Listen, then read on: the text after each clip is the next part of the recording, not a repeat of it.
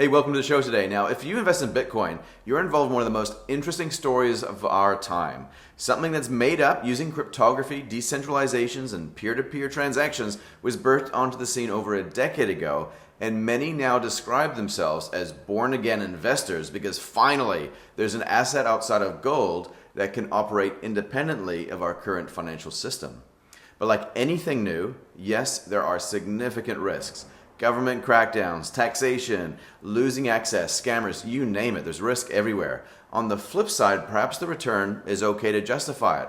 Perhaps like Tesla, maybe we've underestimated the technological rails underpinning this new financial system, specifically blockchain technology that could eventually, creatively destroy almost every system we rely on today. Now that's a big statement, and most of me hopes that it's actually false because it could get a little bit messy. So going back to Bitcoin, I think we're all coming to grips still with what it all means as everyday investors. Is it a little spice for your otherwise mainstream portfolio? Is it a gamble? Is it a hedge? Is it a stake in the future? Or is it really just the start of some sort of rebellion against the imperial overlords of the status quo? The way I see it is you have three choices. And I'd encourage you here to make an active decision around what you actually believe and then stick with it. Option one. Keep discounting Bitcoin. It will eventually disappear, be replaced, be outlawed, whatever. But ignore everything positive around Bitcoin from here because investing should be backed up by a conviction that the odds are in your favor. Otherwise, you're just gambling. Option two, go all in on Bitcoin. And by all in, remember this isn't financial advice. Either way, let's say that you believe it's the future. You have high conviction. Go for it. Providing you have the laser eyes and the diamond hands required to hang on for dear life, go for it. Now, option three, do both. This is what I personally do. Have an allocation towards Bitcoin that's appropriate for your circumstances, but don't give up the day job, don't sell property, and don't give up your traditional portfolios to do it. Now, this can be hard because you have to grapple with opposing rationale for each of these portfolios. I like doing both though, because when things are uncertain out there, like it is now, diversification is our best friend. Now, whatever you do, for our Kiwi audience, check out the show notes for our affiliate link with Easy Crypto, where you can get started stacking your sats with New Zealand's most well-known crypto retailer. The NZ Everyday Investor is supported by Hatch. So if you want to build your mainstream portfolio of US shares, check them out in the link in the description. Now, let's get started shortly. Willy Woo is our guest today, originally from Napier in New Zealand, but now based in Hong Kong. Willy is a Bitcoin on-chain analyst, and a fine one at that. Be sure to check him out at Woonomic on Twitter and subscribe to his newsletter. Enjoy today's episode. Now remember, none of it is financial advice, but I do hope that, especially today, it gets you thinking. Thanks for joining us on the NZ Everyday Investor. Yeah, no problem, Darcy. Looking forward to it. Fantastic. Now, for those of our audience that are tuning in, watching, or listening on the podcast, they'll probably pick up already in just what you said, that you're not from other parts. It sounds like you're from around these parts. Sounds like you're a Kiwi. So tell us a little bit about your background of your life in New Zealand. Mm-hmm. Yeah, my hometown is Napier. So yeah, I did my childhood in Napier and then went off to university, studied engineering in Canterbury University, did a stint of working in Auckland, Fisher & Paykel Healthcare actually, designing products. Then went off overseas like most Kiwis do, did a bit of OE through Canada, bits of Europe, and came back to like New Zealand on and off actually, because I started contracting to US startups, building websites. This was kind of the .com era, and there was huge demand for websites. And I got really into the early mobile. They were Palm Pilots back then, and I saw the future in it, and I got really excited. And so I ended up doing these websites for these mobile software companies. Totally got engrossed in it. Came back to New Zealand, having lived in Montreal for a year, to found a startup venture. And that was done in Auckland. Spent about 5 years in Auckland doing that. It was quite a successful venture for the scale of those types of companies anyway. It wasn't a big industry back then. So I had a bit of startup experience back home in New Zealand and traveled a bit after that, then moved down to Wellington. And what attracted me there was actually a lot of the social enterprise stuff happening in Wellington. So I got quite involved with a business network down there, Inspiral, a bunch of startups who were doing interesting stuff there before I took off again. Thinking about that, that was really my first discovery of Bitcoin in Wellington, because I was in my startup there. We're spinning up a startup, and one of our lead devs said, "Oh, look, Bitcoin just broke $1,000." And I was like, "What's that?" And he said, told me a little bit what it was, and I said, "Oh, you mean it's like a digital gold?" And he said, "Yeah." And I thought, "Oh, okay." I remember investing in gold just before the world financial crisis in 2007, 2008. So I could have understood it a little bit. And I thought, well, if it's true, if it works out, and if it takes over from like physical gold, and I'd seen that how we went from physical mediums like CD to MP3s. Took about 12 years for us to go from CDs to iPods. And I figured maybe we've got 12 years before this thing I've never heard of becomes, a new digital online version of gold. Seemed like it was plausible, so I bought one Bitcoin and figured if that happens, it should be worth $450,000. So I bought one and I thought I'll go and forget about it. And so that was kind of my origin from, being a Kiwi, and also the origin story of discovering Bitcoin for the first time. That's cool. And I like the way you phrase, it's discovering Bitcoin, because it does kind of feel like it is something that was always almost in a sense there. It's just a form of mathematics that kind of just got discovered, didn't it? Yeah, it's because it was like the Byzantine generals problem, I think they call it, is a computer science problem, and it was kind of unsolvable. No one solved it, and what actually happened was someone married together not only a bunch of cryptography, but they married together a lot of economic game theory, and through that, the checks and balances of human behavior and incentives, we created essentially what Bitcoin is, which is really the first non-scarcity that you can put online. No one can duplicate Bitcoin, which is quite remarkable. At that point, you're now in a situation where you can actually store value online because you've got something scarce that sits on the internet. So the double spending problem was solved. Effectively, there was this Gordian knot, the analog going to the digital. We've kind of seen that with value, where value can exit this analog world and enter the digital world. So digital money for the digital world, I think, is a fantastic way of describing, or one of the ways of describing what Bitcoin is. How would you kind of describe it to someone just off the street? Yeah, I keep it real simple. It's like basically what I've said is like, look, we've got this thing that's scarce, that exists online, and because it's scarce, it can store value. I never get into this whole idea of how it works. I think most people trip over about how proof of work works and the details of the actual Bitcoin network works. I think most people aren't interested in knowing how our cell phones work.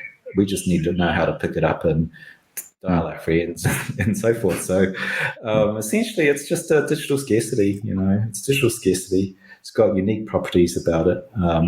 No one can make more of it. It's there's a set limit of supply.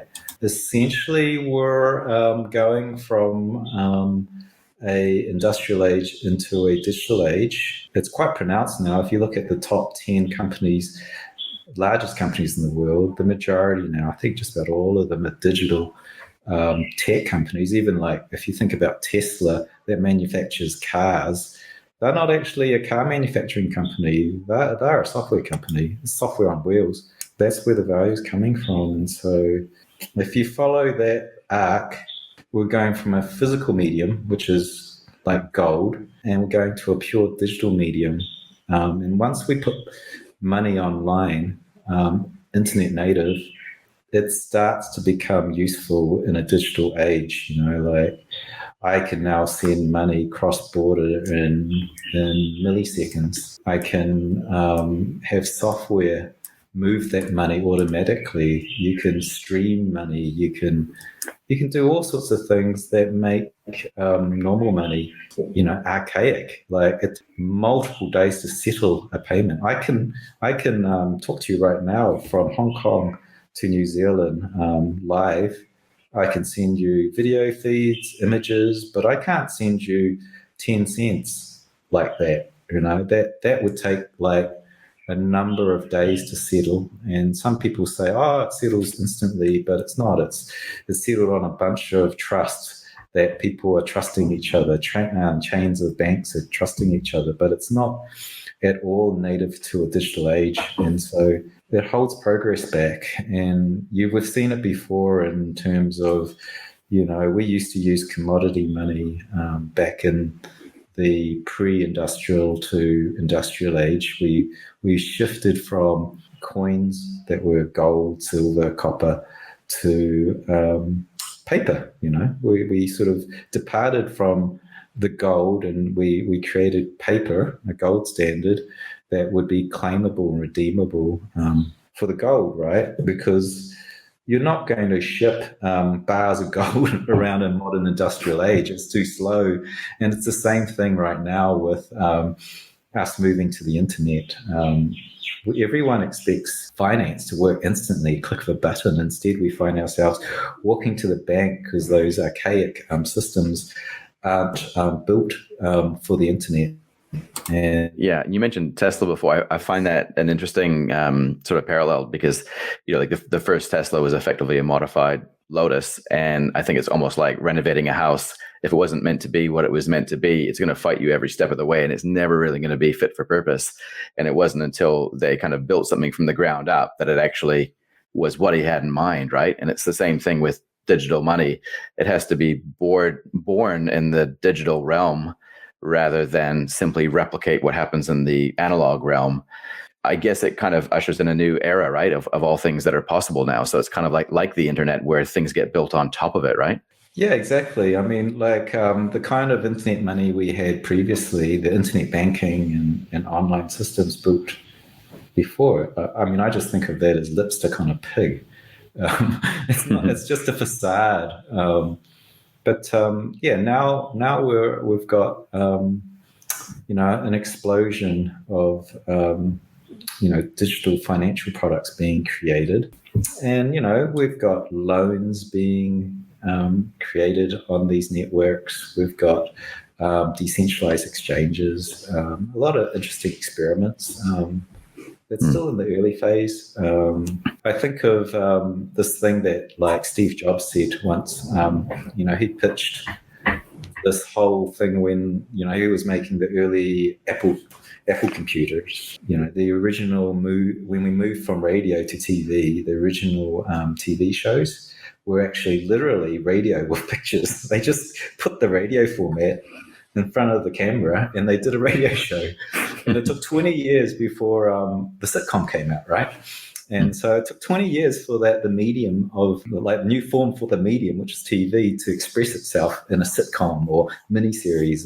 And so he was like saying, these computers in it was early 1990s, he says, we're just starting to connect them together and that's a new medium. And we don't know what that's going to express itself with. Right now, the early internet, so early 90s, the first websites were e-zines, like basically newspapers, and we'd put them up as web pages. And he was right, by 2005 and late 2000s, we had social media. Facebook came out, Twitter came out. We had smartphones delivering this kind of interactive media, and it was only capable on the internet, and you would not have created that in print form, right? And so I think of the same thing. This is a new medium of money. It's capable of doing a lot of tricks that you cannot possibly do in traditional form. And so I don't think we've even discovered what this new financial system will express itself as. It's a big mystery. It's very exciting. It is, isn't it? And I think that if you own Bitcoin, it's exciting. If you don't own Bitcoin, it's a scam. It's a bubble, right? So it largely depends on which side of that spectrum you sit on. I kind of also look at it, it's kind of like a tool that we've discovered. What can we build with it? We're still trying to figure it out. And much like what you just said around the internet and how that developed over time, we had this amazing tool, but we didn't actually really know what it could do. And we were just leaving it to the geniuses who can kind of speculate on what it could be. Do you think that we are just like at the very beginning stages of understanding what this could turn into, or is it kind of apparent as to what it will be? Because it kind of started out as maybe like a store of value or a medium of exchange, but it seems to be a little bit more than that already, doesn't it? Yeah, I mean, when I'm talking about this, I'm talking about Bitcoin and the greater ecosystem, including the experiments that are happening inside the other alternative networks. Some of the interesting stuff is happening there with non-fungible tokens, NFTs, where they're unique. And I think there's a lot of interesting experiments being done, and we're just learning. I think there's kind of two tracks right now. One is reinventing the old financial system, or maybe transplanting it onto these networks. And then there's another area where we're kind of experimenting on what these things can do on their own right. It's early. I can't really see how it's all going. I'm very specialized within Bitcoin, analyzing the Bitcoin market. So tell me about that, Willy. Like I know you're an on-chain analyst, but to be honest, I don't really know what that means. So can you explain to us what an on-chain analyst does? Maybe like if you were to say an analyst in Wall Street, they look at numbers, right? They might go into companies and get company reports and figure out, whether the product's going to take off, whether, the public what this company is doing, whether so this is what you do in Wall Street. If you think about Bitcoin, it's not actually a company, but it does have a blockchain, right? And so we can analyze that ledger, and we can see all transactions on that ledger, and we can measure all parts of the network. And so this is the kind of equivalent in the crypto world, is we can measure the network, and we can hook up kind of our ECG onto this network and get all the readings off it. And from that, you can kind of read what's happening with the network. You can see, so it is on-chain. We call it on-chain because we're looking at the ledger, but it's actually more than the ledger. It's the entire network we look at. And we analyze those numbers coming off it. We build models and charts, and you can see all sorts of stuff. You can, for example, the early part of this year, we saw an immense number of very large buyers come in, very large transaction sizes, taking a lot of the supply out of the exchanges where a lot of people trade and store their coins. So very large buyers came in and scooped them off. And that was also that telltale sign of institutional investors coming in, and high net worth investors coming in to buy Bitcoin. From that analysis, we could see, look, wow, we've never seen this before. There's huge demand from very large buyers, and you could see the price shoot up. And a lot of speculators would have looked at that and said, well, this price is climbing a sheer wall. This is things in a bubble, and it's going to blow off, and it's going to pull back and correct. And all their technical signals, which is simply just looking at price and the rates of climb, more or less, would have said, this thing's well overheated. But if you look on chain and look at the fundamentals of who's buying and the size of it and how much of the demand there was on the actual ledger, you go, whoa, this is not overheated at all. You can sort of build models around it and say this is what the price these investors are supporting.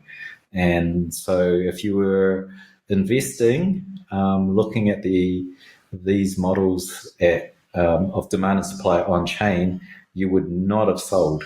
But if you were just more of a technical person looking at the rate of climb, you probably would have sold.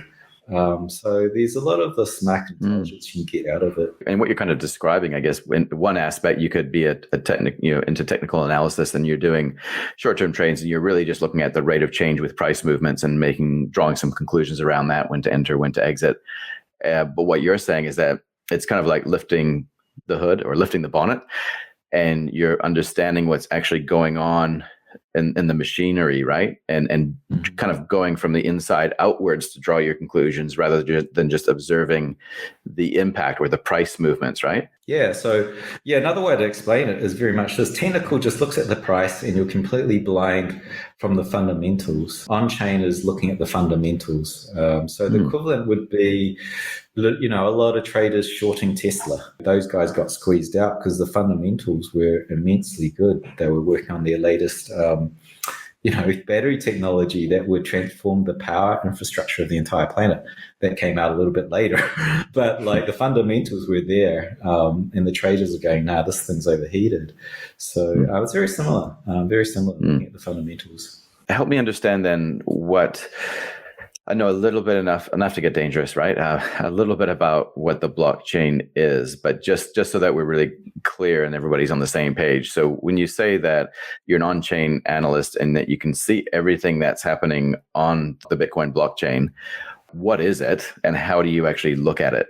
You could probably think of it quite simply. The way that Bitcoin works is every 10 minutes, all the transactions across the network get processed.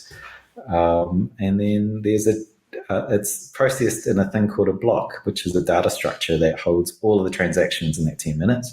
And they just sort of add on top of each other like a big chain of these chunks of data. And we call it a blockchain, right? So if you're going to do this kind of analysis, you would get some software and then you would peer inside all of those transactions as they're being created. You do a whole lot of indexing, a whole lot of data science, essentially, and indexing and cleaning it all up. And then there's companies that do this, like Glass. I work with Glassnode over in Switzerland, in Germany. They've got teams of people that have got their software on the network, listening for all the transactions. It's a node on the network. They pull that data out, they index it, and they clean it all up. And we get all these different dimensional views into the network. And so if you go to Glassnode, .com and you sign up, they have free accounts there but also paid, obviously, and you'll see that there's like hundreds of charts. Like they've got maybe 300 to 400 charts, and each one is analyzing a different dimension of those transactions. So one might be, for example, how much sheer volume was moved on the blockchain per day. Another one would be how much mining power is being thrown into the network. It just goes on. You can see how many active addresses. You can do crazy stuff like start to forensically cluster all of everyone's addresses and say, oh, these are interacting as if they're one person. And then we can make a count of how many people are entering the network for the very first time per day. So, it gets more and more sophisticated. Potentially you'd be able to see when a player or a group of players move in on an exchange, scoop up a whole bunch of Bitcoin, and then move it off an exchange and put it somewhere else, right? Is that kind of where we're going here? Is that you can actually see those big movements happen? We can see like coins moving into the exchange, which is kind of a bearish signal. If a whole lot of coins are moving in, usually that's to sell. You see a whole lot of coins moving out, that's to buy. You can see the inventory in the exchange entities. You've got to forensically figure out the wallets that are owned by the exchanges. You go, oh, okay. And what we've been seeing in the last year is their inventory reduce substantially. And we've never seen that before at that level. And so now we sort of make this narrative that big people are coming in to buy it and there's a supply shortage, and you can see it come off the inventory that's available to be bought on these exchanges. That's really cool. So you can kind of get a feel for what is happening and potentially use it as part of your data set to figure out, or part of your understanding to figure out actually what might be happening, probably in conjunction with price movement and a few other indicators. But it just goes to show that you can't actually just look at the chart and go, well, it's reached all-time highs, it's hit this resistance, it's got some sort of consolidation pattern and it's going to break out. You can look at that to a certain extent, but when you're looking at the on-chain side of it, it sounds like you've got a whole other dimension of what could be going on. But it's like anything with Bitcoin, right? You can either tackle it at a certain level, but there's just so much more, isn't there? Yeah, totally. And it keeps changing, by the way. It keeps changing. So, we could do one kind of analysis and maybe build a model or an indicator around it. But the network's very much changing consistently. So things break. Like the way you analyze Bitcoin maybe 4 years ago or 3 years ago on chain is completely different now, because this thing is moving so quickly. I want to continue on the conversation and go into a little bit more detail around the price action that we've seen with Bitcoin. It's not always about the price, but the price is, I guess, a symptom or a sign of what's happening underneath. I don't even know where to start here, Willy, but do you want to just start by maybe a brief history in time since 2017 to today? What's happened since the last time we witnessed Bitcoin have this move like this? We're in 2021, obviously. It's a very special year because Bitcoin does this 4-year cycle. And we're in that special 4th year of the cycle that everyone gets excited about, which is when price comes out of nowhere and rips upwards in a very fast trajectory when the entire world takes notice. And the last time we had that was 2017, and the year before that was 2013. So it's a little bit like a comet revisiting. And the reason behind that is actually it's designed into the Bitcoin's protocol. When you start this network, you've got to give the coins out, right? And so we bring them into existence by mining them. And so like miners will come in and put in a lot of electricity to process the transactions. For that, they get a reward of new coins being mined into existence. So this is kind of the inflation schedule of Bitcoin. And so every 4 years, the rate at which these new coins are brought into existence halve.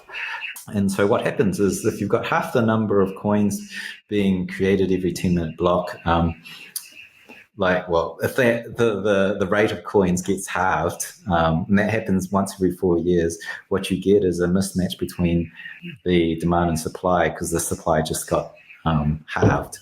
And so that creates a supply shock, and it gives essentially an impulse to the price. And so it takes, about 6 months, usually, roughly 6 months before that reduction in supply makes itself known in the market, and the price starts to climb. And it starts to climb and climb and climb, and then everyone gets feverish and we go through a bull cycle. And so that's where we are in 2021. That's where we went in 2017. And 2013 was the first really public one of that. But it was really for the very technical. In 2017, that caught the public eye for the very first time. It made, CNBC, mainstream news. And I call that the cycle where retail came in and got very excited. Everyone got access to buy. And the cycle we're in now is essentially building on top of that. And now it's the institutional players that are coming in. Like Bitcoin now is reached that line in the sand called $1 trillion market cap. So it's an asset bucket that holds $1 trillion of valuation.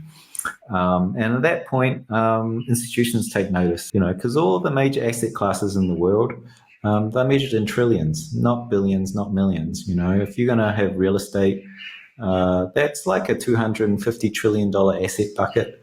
If you're going to have bonds, I think that's in the over 100 trillion. I'm not sure exactly that figure. Stocks are 100 trillion.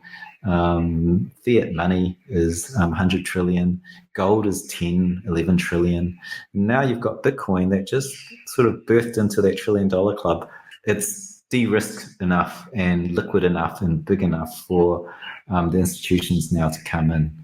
You put out a tweet not that long ago where it says, in terms of adoption, Bitcoin is roughly the same users as the internet had in 1997. With this wave that's coming up, the retail people haven't gone away. The institutions are now moving in. These are big wallets that are being unloaded and scooping up these coins, right? So things are about to get interesting, right? Yeah, I think like these institutions. What I say is like institutions is another way of saying if institutions are buying, they're essentially coins that are being bought by a custodian that is owned by a whole lot of mums and pops, right? It's public markets. Whether you're a public company or a hedge fund, they have their investors. So essentially, it's just very large concentrations of money held by a lot of people. And so if you were to say Tesla bought $1.5 billion of Bitcoin a few months back, that I don't know how many people own Tesla stock, but that's a lot that now have exposure to Bitcoin. And I think it de-risks the failure points, because the more people that have vested interest in the network and holding Bitcoin, the more that's going to be defended against, attackers like governments and politicians that want to shut it down. Even if I don't think they could shut it down, but it just makes it more difficult for them to provide bearish action to this.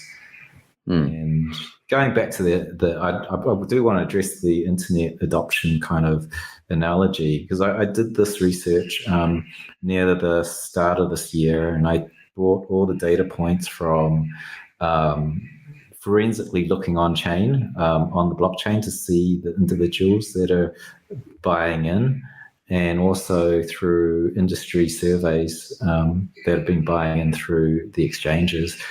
It's been a very, very consistent doubling over 12 years. Well, the first year just went crazy high, and then after that, it's almost like a Moore's law. Every year, the number of users that are on the network double.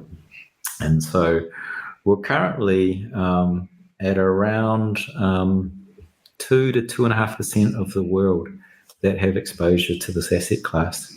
And so that's significant if you think about next year that being 5%, the year after that being 10%, and so forth. So current projection right now is in the next 4 years, 1 billion people will have exposure to this asset. And remember, this trend has been going on for 12 years. So it's not at all outrageous. It's actually a conservative estimate that 1 billion people have access in the next 4 years, and then after that, 2 billion and so forth. So we're very much on the tail end of the adoption, even though we're only 2 to 2.5% in. So yeah, it's interesting. We're 1997, you said? Yeah, that's right, 1997, and it's only a short amount of time between 1997 and say 2005 where it was like everywhere. For the internet. If that's kind of where we're at in terms of users, like in terms of adoption, but also in terms of what we have discovered it can do for us, then that's just blowing my mind. As users increase, is it reasonable to assume that the price for Bitcoin will increase at a similar sort of rate? Not as much as it had in the past. As it gets close to saturation, obviously you're not going to get the same kind of gains, but certainly the kind of gains that we can get from Bitcoin now is going to completely crap all over traditional investments. And actually you can, in terms of, there's one thing to have high gains, but the other one is to measure the risk involved in it. Most of the risk in Bitcoin has been removed. If you're a long-term investor, not in the short-term investing or trading, but for a long-term investor, is very, very much removed. I've got a chart of that. What you're saying though is the risk is removed because what? Because the user base is larger and it's more distributed. Yeah, the user base the bigger the capital, the more sea of money there's out there. It's harder to move an ocean like quickly. The thing starts to move slowly. Mm. It's probably the metaphor to use. So the liquidity increases. So if you want to sell a lot of it, there's probably someone else that's going to take the other side of it, and you can sell into that buyer. So the price doesn't move as much because liquidity base is there. So the volatility starts to drop. And in fact, if you chart that over the long term, we're looking like a dozen years from now, if this continues, which it has for 12 years, a dozen years from now, we'll start to move down into the volatility of, believe it or not, like the US Euro pair at peak volatility. In a dozen years, we'll be in amongst that kind of volatility, which, Wow. it sounds pretty outlandish if you're used to the volatility today, but the 12-year history of it is the trend down is very, very consistent. And if you take a look at the risk involved and you calculate that out into a Sharpe ratio is what we use, the risk-adjusted return is the best risk-adjusted return of any asset on the planet. And it's been that since the birth of Bitcoin. Phenomenal, because we're not witnessing necessarily an alternative currency. We're not necessarily witnessing a digital version of gold. We're witnessing the birth of a network and the adoption of a network. And that's why it's hard to kind of relate it to those other comparisons, right? Yeah, I'm not sure. I still think it's a store of value, like gold. It's a store of value network. It's a network. Yes, we can do some crazy, awesome things with it and the tech behind it. But ultimately, I think what Bitcoin is essentially creating that monetary base, the store of value base, in which once you've got that, all things can hang off it. We can do some really interesting things. Okay. I want to talk to you about what we saw about a week ago. On the 26th of April, looks like the price went all the way down to about $48,000 from what I can see here. Tell me what happened, because that came off quite a big high and then it jumped down. And this is, I'm interested in this, not necessarily because of the actual prices, but because of the volatility and what causes these sharp pullbacks from time to time. What caused that? What's the story behind this? Okay, yeah, this was the most volatile 2 weeks we've had in all of 2021. And what happened was Bitcoin was really setting up to move upwards. It had been in a consolidation band for months, right? And any speculative trader who sees this thing consolidating and resting is resting for another coil up and sprint and breakout upwards, right? So that's what a traditional trader would do. And in this sort of, it did break out. It broke out, I think, 62,000 was the prior resistance that was holding the price down, and it did break out. And at that point, there was an immense amount of speculation on the futures markets, where you can trade at a very high leverage. And so everyone was very levered upwards.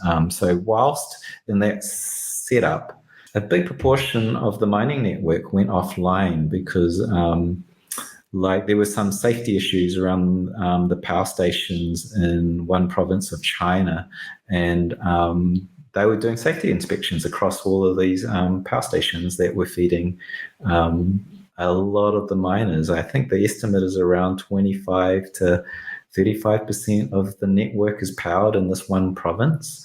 Wow. So when they shut down, and they shut down at a critical point in the network, every roughly 2 weeks, the Bitcoin network adjusts the difficulty. We call it difficulty rate, which keeps in tandem keeps the miners in check. If there's a lot of power going into those miners, the difficulty increases so that the two match each other, and we get this nice consistent kind of block schedule of coins being minted and processing times. And so this whole thing stepped up. Difficulty stepped up right when a quarter of the network fell off. And so as this hash rate, essentially the maths that were being crunched, plummeted, it was like at a certain point, the processing of the transactions, those blocks started to slow, and there was a bit of congestion, and that was when everyone woke up to it and they saw the hash rate drop. When the hash rate drops, if you look in the history of it, there's always been a correlation, and it doesn't take much for speculators to be scared if they're over leveraged. If you're going 20x leverage, which is the majority of these contracts on Binance, for example, you're going to get out of that situation because you can't afford for the price to come downwards. So these guys started to unwind, and they started to sell down their position. And the people that weren't, I guess, awake at the time that happened, because this is a 24/7 globally traded market, the price sold down to a trigger point. Where either they got liquidated or their risk protection kicked in, and they dumped, essentially sold. And so there you get this cascade of selling, which then sort of pushes the price down to the next liquidation point. And so this whole thing starts to wick downwards. The whole price collapsed very, very quickly as everyone was being liquidated. So the price plummeted to 51,000 from the sort of 60,000 mark initially. And so that was a liquidation point from the speculation. There was about $5 billion of derivative contracts that were liquidated. Read that as people being bankrupted for that amount of selling. There was 1 million traders that got liquidated on that day. Wow. So obviously the market now is in fear. And then what I saw was an impulse of coins being sent into the exchanges. Right. So, which is what you said. What you said last week is that's a pretty good signal that coins moving into the exchanges, a lot more selling pressure is going to be coming online, right? That's right. And actually those coins came off Zapo as a custody provider. You could actually see it down to that level. So it'll be a very, very whalish kind of investor. Like I think it was 1,100 coins. So whatever that is, it's tens of millions of dollars went out of there into Binance. And so that pushed the price down, and it pushed the price down while it was weakened. And then, of course, that created another scrambling of fear. And this time it was actual investors that were selling. And all of the sell down, by the way, was from participants that had bought their coins very recently. They weren't the long-term holders. They were very recent holders. You could see that quite clearly. So yeah, right. Got everyone freaked, and we reached 47 by the end of it. Wow. Which is, I think, an interesting story in terms of describing, I guess, in a sense, when mining is concentrated into one geographical area, there's a vulnerability there. But because the Bitcoin network is so well distributed, more or less, it says something that it stabilized at that floor, because the network, from what I understand, it kind of just adapted pretty swiftly, right? Like it did what it says on the tin. It did what it was designed to do, right? Yeah, I think, it takes 2 weeks for that difficulty to rematch the drop in hash power. And it was the worst possible time, because the hash rate fell off within hours of the upstep in difficulty. So now we're got to wait over 2 weeks for it to correct for itself. I think we're only a few days for it to reset. But I know that the miners from other parts of the world were therefore very incentivized to add more hash rate, because there's less miners competing for it. So I know often miners have a lot of reserve capacity to mine. They have less efficient hardware that might not turn on when everything's very competitive, but in a low competition zone like that, they'll spin that up. So it's the equivalent of somebody in the outback kind of looking for gold nuggets on the ground in the outback versus actually having a massive open pit mine, right? Like the rusty shovel comes out when there's nobody else competing with you. Yeah, right, exactly. So that kind of helped a bit, and the power looked like it got restored. Like They the hash plugged it rate back came in. back up. They plugged it Yeah. back in. It's just really interesting. I'm a little bit suspicious, to be honest. The Because timing, you mean?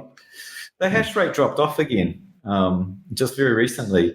And the hash rate dropped off. Well, if you got the power restored, why would you shut it down again? And it was in a very weak. Bitcoin was making a recovery, and they shut it off, and nothing happened. Right, and then I think it's have to check. But I'm going, why would you shut it down again? Like I was wondering if there was some sort of collective, like you could create this thesis backed by the timing of it that they shut it down specifically within hours of the difficulty step up, and that would be the most damage to speculators, forcing the price down. Because if you can liquidate a lot of traders, you can out trade them and collect the cheap coins. So pretty good strategy. I don't know. Yeah. You can you'll find the market full of this kind of stuff, and so it's pretty easy to draw some conclusions because who's going to gain from that, right? So you got to look at, and I guess that's the beauty of being an on-chain analyst is that you can probably kind of see who was actually buying during that period of time, presumably, right? Yeah, you can see. Not everything's visible, especially the stuff that's happening on the exchanges. All you see is coins, but you can't actually see like whatever's happening on the exchanges. That's kind of private data. You can see the buying and selling, but I can't see who that is and how they've managed their funds previously. But you'll find that in these markets, every participant is trying to outgame the other in this kind of war, or it's a game anyway. And so that's cool. Good fun though, isn't it? So tell me, I want to know, and maybe we could bring this in for a landing here soon. The price, where are we going? Where are we going? Like, what I've seen this year has blown my mind. I can't believe I've seen what I've seen after watching not much happen with price for so long. You are bold enough to actually say what you think, and you're drawing on data. You're not just pulling this from the air. You've done some analysis around this. Where is the price of Bitcoin going this year? According to the model I run, and it's a dynamic model, so we have to see how the price arcs through the third quarter of this year, second and third quarter. But already we can see this model starting to arc upwards to create a target above 300,000 US by December. If we top out in December, that's what the model spits out. It's actually in line with some other models. I think Plan B, who's another analyst who's using a very fundamental model based on scarcity, is one of his model is going to 288,000. There's a fundamental valuation that always overshoots that. So, 300, 400,000, something like that. So plan B is that's the stock to flow model valuation. Is that right? The stock to flow ratio, yeah. The stock. And so how do you come up with that? So you're saying somewhere between $300,000 to $400,000 potentially by the end of this year. Is that right? Mm-hmm. Yeah, this is a technical model. It's not a fundamental. It's not based on fundamentals. So effectively, you run. It's what we call a mean reversion model. Essentially, it's the law of moving averages. So we do an all-time moving average since inception of the price, and you adapt it for the price of Bitcoin, and that model's hit every single top in the history of Bitcoin for 12 years, and so. It seems pretty reliable, and so you can extrapolate it forward. And that it's a top target. That top target today is 135,000. We would expect when we actually hit the top, like when it touches that price, it's the top of the market. And generally, we expect around the tail end of this year, the year after halvening, for the momentum to peter out. It's done that every other cycle. If this holds true, it's not necessarily a guaranteed thing. It will be 300,000 upwards. If it tops out earlier, it'll be less, And if if something weird and we break all the cycles, then who knows? Yeah.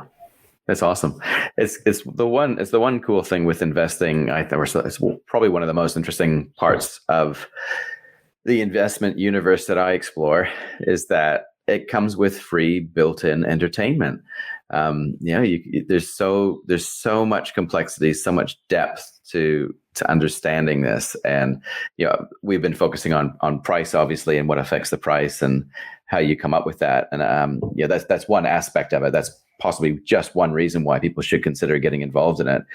But if for no other reason, it's just a great diversifier, in my opinion, to anyone's portfolio. Not quite sure how to finish this up with you, Willy, but before I do finish you up, I want you to just mention your newsletter that you put out and how people can subscribe to that really quickly. Okay, it's called the Bitcoin Forecast.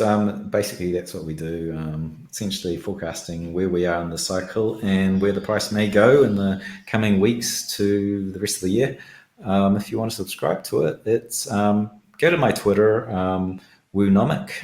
It'll be in the show notes, and there's a link to the platform where you can subscribe. And you can just follow me on Twitter as well, because a lot of the stuff ends up there. Yeah. Really, really appreciate your time, Willy. Thank you for joining me on the NZ Everyday Investor. I do hope to catch up with you again soon. No problems, Darcy. Enjoyed it. Good on you. Thank you.